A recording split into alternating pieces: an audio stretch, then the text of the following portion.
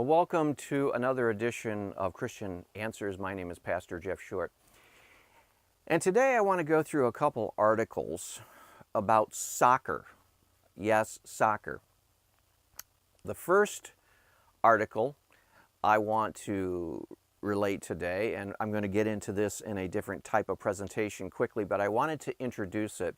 And that is, we're going to look at a Christian soccer player who was asked by her team to wear a pro-gay, celebrate gay LGBT jersey, and she simply said, "I'm not going to be available for that game," and she didn't play because she didn't want to wear the LGBT Pride jersey. Well, good for her. This is a good, positive message. And this needs to happen more and more and more in the Christian world, where Christians stand up for their own Christian convictions. God will bless them for that. So here was a young, up-and-coming woman soccer player who is a dedicated, solid Christian, who said to her organization, "I just simply cannot promote something that is contrary to my Christian convictions. I'll play under any other circumstances. I will wear the jersey of colors and different other things, but if you're going to force me to promote the LGBTQ agenda, I won't do it." And she refused to play. And she was allowed to skip that series of games when they were doing this LGBT Pride Week. And that needs to happen more and more and more. So we're going to look at that article today.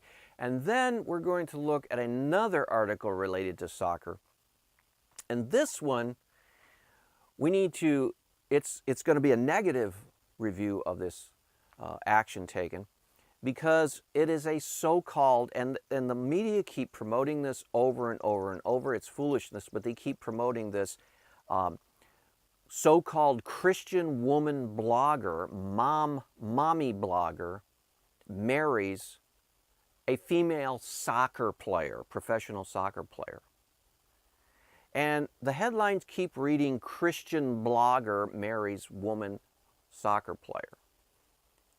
And what I want to say in this article as I go through it, and we'll get into it later, is this woman is not a Christian. Because if she were a Christian, she would not be marrying another woman. She is not a soccer mommy blogger. She is a religious person who goes under the guise of Christianity and is falsely representing Christianity. Because if she were a true Christian, if she cared anything about the Bible, she would not do what she's doing. Okay, here is the article that outlines the Christian soccer player. Here's the headline. This is the New York, what is the paper here? The New York Post. That's what the newspaper is here today. And I'll be looking at the New York Post, and we're going to be reading from the article by Hannah Withlem. And here is the headline of her article. It's Christian U.S. soccer player boycotting team over these jerseys. And I'll show you the jersey here in just a second, but let's go down the article. Here is the Christian soccer player, J. Hinckley and Hinkle. J. Lenny Hinkle. Sorry about that name. I'm not sure how to pronounce that. But it's basically stating that you would think that a 24-year-old rising American soccer player would be jumping at the chance to show the U.S. women's national team coaches what she can do. And she would be jumping at the chance to show the women's coaches what she can do, because that is her career. She wants to pursue professional soccer, and she is good at what she's doing. But there is a problem. That's what made defender Jalen Hinkle's decision to pull herself from the roster for the team's 2 international friendlies this week so startling. Now, friendlies must be an inside soccer term, a technical term to mean some kind of a invitation match or some kind of a competitive match in the soccer world. So I'm not up on all of the soccer terminologies, but it must be a soccer match that they're referring to. She's decided to pull herself from the roster for the team's 2 international friendlies this week. So startling. Hinkle's cited personal reasons for withdrawing, U.S. Soccer announced in a press release Tuesday, but many have since speculated that the Federation's plans to honor the LGBTQ month with specially designed rainbow-numbered jerseys played a part in her exit. So already people are beginning to look and speculate that it was because of this emphasis that the soccer world wanted to put on the LGBTQ Pride month of June, that Hinkle is pulling out of this game. It says Hinkle, who plays for the National Women's Soccer League, North Carolina Courage, has not shied away from expressing her staunch conservative and religious views. Now, when they say staunch conservative and religious views, they're talking about evangelical Christianity. They're talking about biblical Christianity. They're talking about mainstream historical Christianity, that if you were to go back just about 50 years ago, you would run into pretty much every Christian holding to this moral standard. Now, what is the moral standard? The moral standard is sex within the confines of marriage, and all sex outside of marriage, including the grave sin of homosexuality, is a sin. So if you just went back 50 years ago, any Christian of any stripe, pretty much anywhere in the world, would hold to the values that she holds. But now she is being called a staunch conservative and religious person, instead of just simply a historic Christian holding to historic Christian views. But that is actually what is taking place. She is simply saying to the world, I am holding Christian values. Nothing more, nothing less. It's not anything new. It's not anything radical in the sense of the context of our Western culture. Western culture has held values that are more aligned with the Christian faith than any other faith or philosophy. So she's within the mainstream Western Christian values system, yet she's called staunch conservative and religious. It says, hours after the Supreme Court's landmark 2015 ruling in favor of the same-sex marriage nationwide, the Denver, Colorado native hinted at her disapproval in a tweet showcasing her Christian beliefs. So she just hinted at her beliefs. And it looks like the thought police, the progressive thought police, the political correct thought police, they are after anyone for even hinting that this might be immoral or might be wrong or might be a sin. So this is what she said right after the Supreme Court decision legalizing so-called gay marriage. This world is falling farther and farther away from God. All that can be done by believers is to continue to pray. Amen. That's exactly correct. When the world is falling apart, when we don't have control over the moral landscape of culture anymore as Christians, the only thing we can do is pray. That's the main thing we can do is pray. Of course, we can try to elect leaders that represent our values, but there's no guarantee that we can win that way, and there's no guarantee once they're elected that they will continue to express Christian values. We've seen this on the Supreme Courts.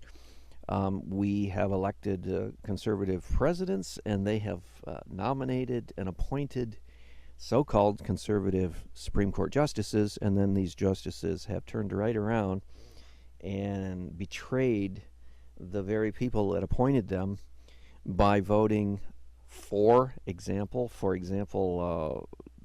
abortion and for gay marriage and all kinds of other destructive things. So she's right. The best thing we can do is to pray.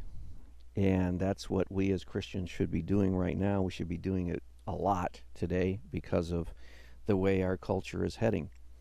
It says that Hinkle made her feelings against same-sex marriage clear in a separate social media message that day.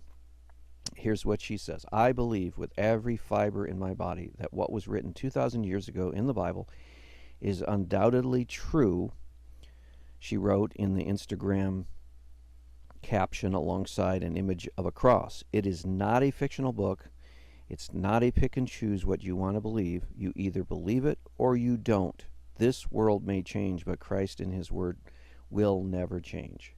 So that is an excellent testimony and a witness by a well-known in the soccer world up-and-coming star.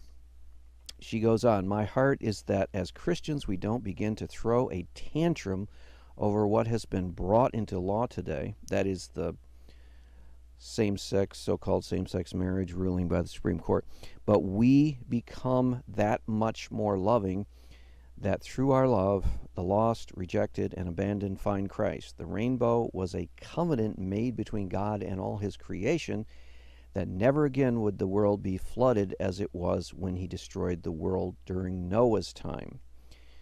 So she brought up the point that the rainbow is a sign from God that he would not destroy the world through a flood like took place during the time of Noah.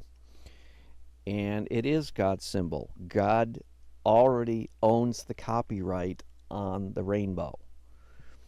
And so this is what makes it so much of an offense to Christians when we see sinful groups appropriating something that God has already put his copyright on. So they're actually stealing a symbol from the Bible and using it for a sinful purpose. And that is doubly offensive. Not only is the sin offensive to God, but they're taking his symbol, the rainbow that he gave after the flood, as a symbol that he would not judge the world in a massive worldwide flood again. And these people are using it for their own purposes in a way totally different than God gave it. So that's a double offense. She goes on. Let's see. U.S. Soccer announced in May it would recognize the LGBTQ community in the month of June by customizing jerseys for its men's and women's national teams to wear during their respective friendlies or soccer matches. The American women will sport the shirts, which feature rainbow-colored numbers and the word Pride in place of the players' last names, against Sweden on Thursday and Norway on Sunday. So here's a picture of the jerseys that the U.S. Soccer wants to impose on all the players. So now get this. The U.S. Soccer wants to impose the promotion of the LGBT agenda.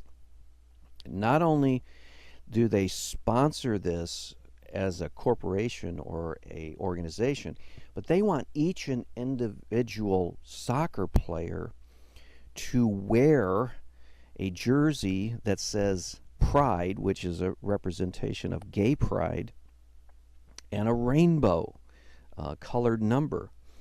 So they want the individual soccer players to promote the LGBT agenda, not just their own organization, not just the team, because that has happened before. You have, the National Football League or the Major League Baseball or whatever, as an entity, as a corporation, they're going to sponsor and promote this LGBT agenda. Okay, so that's the corporate entity.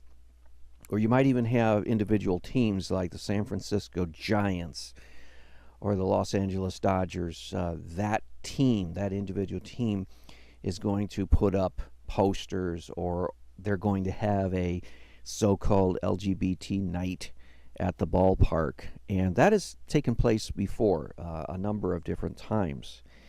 And that's offensive in and of itself, but it's not something that bears directly on the players like this. This is actually taking it even further and saying, okay, you players, you soccer players, it doesn't matter what you believe, it doesn't matter what your convictions are, it doesn't matter if you're a Christian, it doesn't matter if you think this is a gross moral evil, you are going to be forced to wear the Pride jersey. You're going to be forced to wear the symbol, the LGBT rainbow, the stolen symbol that the LGBT movement stole from God. You're going to be forced to wear that on your back with the word pride. And the only thing they didn't do was actually come out and spell the word gay pride, which is probably something that will come in the future, but right now they're just kind of putting pride out there. Now, this is a tactic of the LGBTQ movement pretty much from the beginning, and I started seeing this about 10 years ago, where you would have these groups, the LGB community, sponsor a neighborhood pride event. So there's ambiguousness to what they're doing. Is it community pride? For example, you'll go to South Chicago, and there'll be a South Chicago Pride event, where you're like, what is that? Is that the South Siders taking pride in their community? They're going to be working and cleaning up the area and picking up trash. Is that what that event is? Well, it is sort of, but it's been hijacked by the LGBTQ community, and now it doesn't just mean South Side Pride community members' involvement in the community. No, it means gay pride. It's this LGBT pride thing. So they've taken something that before this revolution of immorality, it used to stand for a community pride, cleanup day, or community pride, East Side Pride, community activities where you'd plant trees or cultivate a garden or plant flowers or whatever to make the community nice. Now the LGBT agenda is you take over these events, repurpose them, retool them to mean not just community pride but gay pride. And that's what this whole thing is again. The players are being asked to sport pride, the word pride, which clearly means gay pride, and then the rainbow numbering, clearly a symbol of the LGBT movement. So this again is very offensive, and we can understand why this Christian soccer player objects, and we need to commend her for her bold statement. This is what the U.S. Soccer has put out on Twitter. It says, U.S. Soccer celebrates Pride Month. Okay, they don't say gay pride, they don't say LGBT. Again, it's just pride. So if you look at that and you're maybe older and you don't understand the cues here, you'll say, oh, that's great, pride, but it's for homosexual pride. It's for sodomy pride.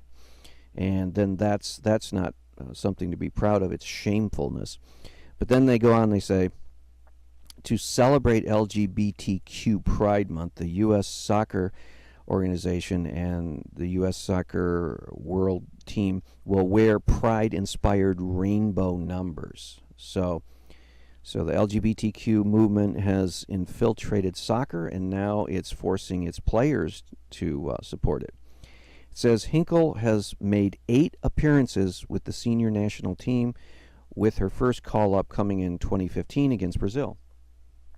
Head coach Jill Ellis is not planning to replace Hinkle on the roster since her withdrawal came just 2 days before the team's first game. Hinkle's teammate, talented 24-year-old forward Lynn Williams, was called up on Friday to fill in for Alex Morgan, who is sidelined with an injury along with midfielder Morgan Bryan. So we want to commend this young woman here, Jalen Hinkle, for her stand for righteousness. As a Christian, we see a lot of people compromising, and in a world of compromise, she is doing the right thing by standing strong and not compromising. So, praise God for that. It's a good positive story, a good positive witness and testimony to the power of the gospel, that this woman would be willing to risk her soccer career and risk offending her fans and risk offending the organization, the national soccer team, in order to say, I just am not going to be a part of this. This is offensive to me, and I reject it. Now we go to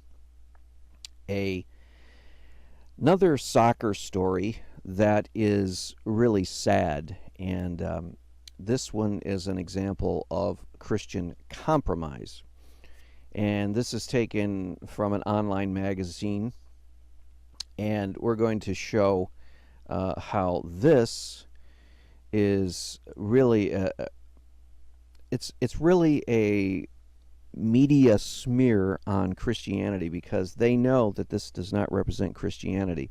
They know that this does not represent true Christianity, but they're going to try to distort what Christianity is, and they're going to try to do this probably just to offend Christians. Here we have a story that states, the headline is, Soccer Pro Abby Wambach, this woman right here, is married to Christian blogger Glennon Doyle Melton. Christian blogger. Well, first of all, that is not accurate, because if you're a Christian, you do not get married to the same sex. So this is totally a media distortion of Christianity, and they're trying to put in the face of Christians the idea that here's a Christian and she got married to the same sex, so it's okay. Abby Wambach and Glennon Doyle Melton have tied the knot. And this article states that with an exclamation point, because they're all excited. They want to quickly try to make this into something that's positive and good, but it's not. It's negative and sinful. The former World Cup soccer star took to Instagram on Sunday, May 15th, to announce that she is now married to the Christian mom blogger. What is a Christian mom blogger? You would think a Christian mom blogger would be a mother of children who would be writing about her children and writing about all of her trials and tribulations of raising children in her marriage, and so on and so forth. Well, that's not the case here. This is not a Christian mom blogger, because it's not a Christian, because a Christian does not marry someone of the same sex, because that's basic Christianity 101 morality. Abby posted a sweet black and white photo of the couple along with the caption 5/14/17, which you can see here. See another photo of the two kissing here. No, we don't want to see that, because that's disgusting. And again, they're trying to come at Christianity and get in the face of the Christian and say, see, we're gonna announce that this is a Christian and she's doing this, and we don't care if you like it or not. The duo also both shared a pic of Abby rocking a sweet sweatshirt that reads, Christian Mommy Blogger's Wife. Check it out. And that's this pretty sick picture where it's supposedly showing the soccer player, the lesbian soccer player, with a shirt that says Christian Mommy Blogger's Wife.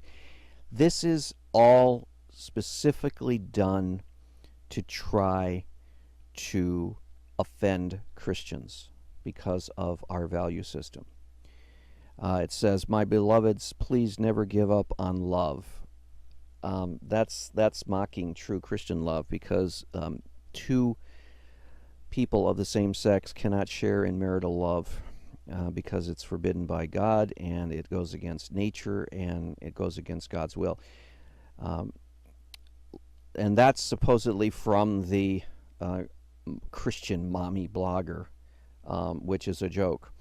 Life could surprise the blank out of you. Trust me. Doesn't sound like a Christian talking here. You might just wake up one morning and find yourself smack dab in the middle of heaven.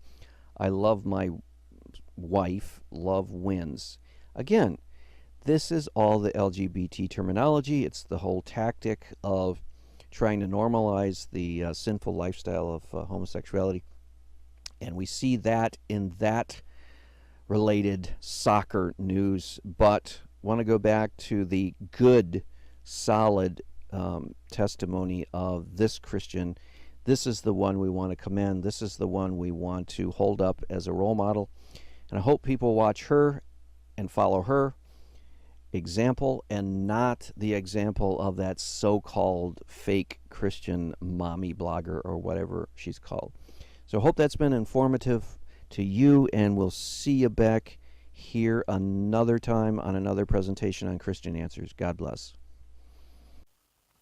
Well, as you can see, this is a very interesting contrast. You see one faithful Christian related to soccer news, and then you see a false or fake Christian relating to soccer news. One stands for the Christian faith energetically, positively, in a dark world. She's shining her light. The other, the fake, false Christian, is compromising, of course, to the fallen world, because she is a fake and a false Christian, and compromising comes easy for her to do. And so we see, and they're both related to the soccer world. And so we're going to see more and more of this in the sporting world. We're going to see more and more of this in the entertainment world. We're going to see Christians rising up and standing for the truth. And then we're going to see others who go under the name Christian, and they're going to be compromising and caving in to the fallen, secular, godless world. And this is just the way we're going to see in the future. So I want to warn you and ask you, which Christian are you? Are you the solid, faithful Christian who's willing to stand up and even be persecuted perhaps? Or are you the fake pseudo-Christian who goes under the name Christian, but at every turn you compromise the faith when it's convenient and easy to do? That's what we all have to face in the future, and I hope that you're ready for that, because it's coming. It's even here right now. Well, God bless you. We'll talk to you later on a next edition of Christian Answers. God bless.